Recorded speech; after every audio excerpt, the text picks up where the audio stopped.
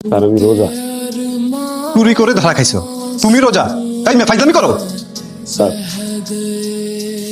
চোর হইলেও আমি রোজা। একটু পরে আজান দিব, পানি দিবেন স্যার, ইফতারি করুন।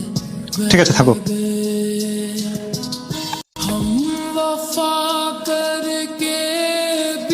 আসো, ইফতার করবে। চেয়ারে বসো,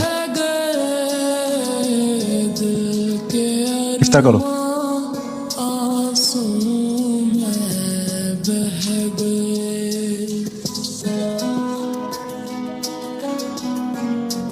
খাও, সবগুলো খাও। এইবার তাহলে তুমি বলো, রোজা রেখে কেন তুমি চুরিটা করেছো? আজকে 29 রোজা স্যার। আজকে চান উঠলে কালকা ঈদ। আজকে সকালে রিক্সা বাইক করুনের সময় মানে দেখে বাবা, যাও ঘরে যাও, মায় চিন্তা করুন।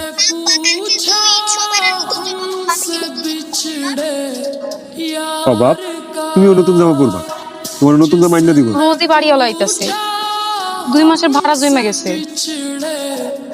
একবার আইলে কয়া দিও যে রোজা রাখা ঠিক মতো ভাড়া মারতে পারিনি, ঈদে ভাড়া মাইরা সব টাকা পয়সা দিয়া দিন। হ্যাঁ, তো ঘর সাইরা দিতে কইছে। দিনও কি পোলাটা না খায় থাকবো? একবারে লাভ। ঘরে তো চাউলও নাই, চাউল আনলে পরে রান্ধু। আর কালকের জন্য সেমাই মাংস না আনতে পারলেও ডিম আনার চেষ্টা করে। রাখো রাখো রাখো রাখো। স্যার, স্যার টাকাটা দিয়া যান। কে টাকা? কে টাকা? যত দূর আইলাম সে দূরের টাকা। তোর এই পোত্তার নিয়ে রিক্সা উঠে আমাদের সময় নষ্ট হয়েছে। এই সময় দাম জানোস?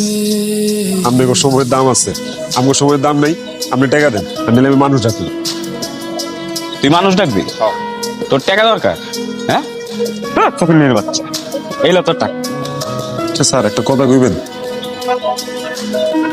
আমরা কি এই সমাজের মানুষ না? আমগুলো লোকে মানুষ এমন করে কেন?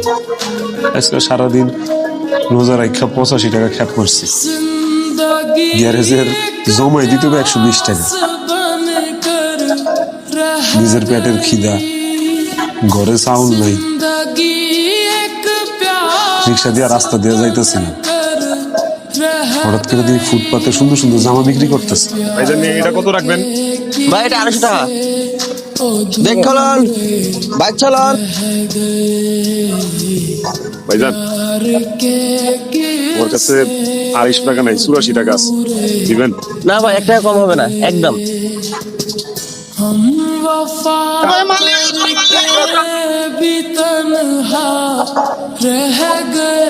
আমি না ভুলে গেছিলাম স্যার যে আমি রোজাদার।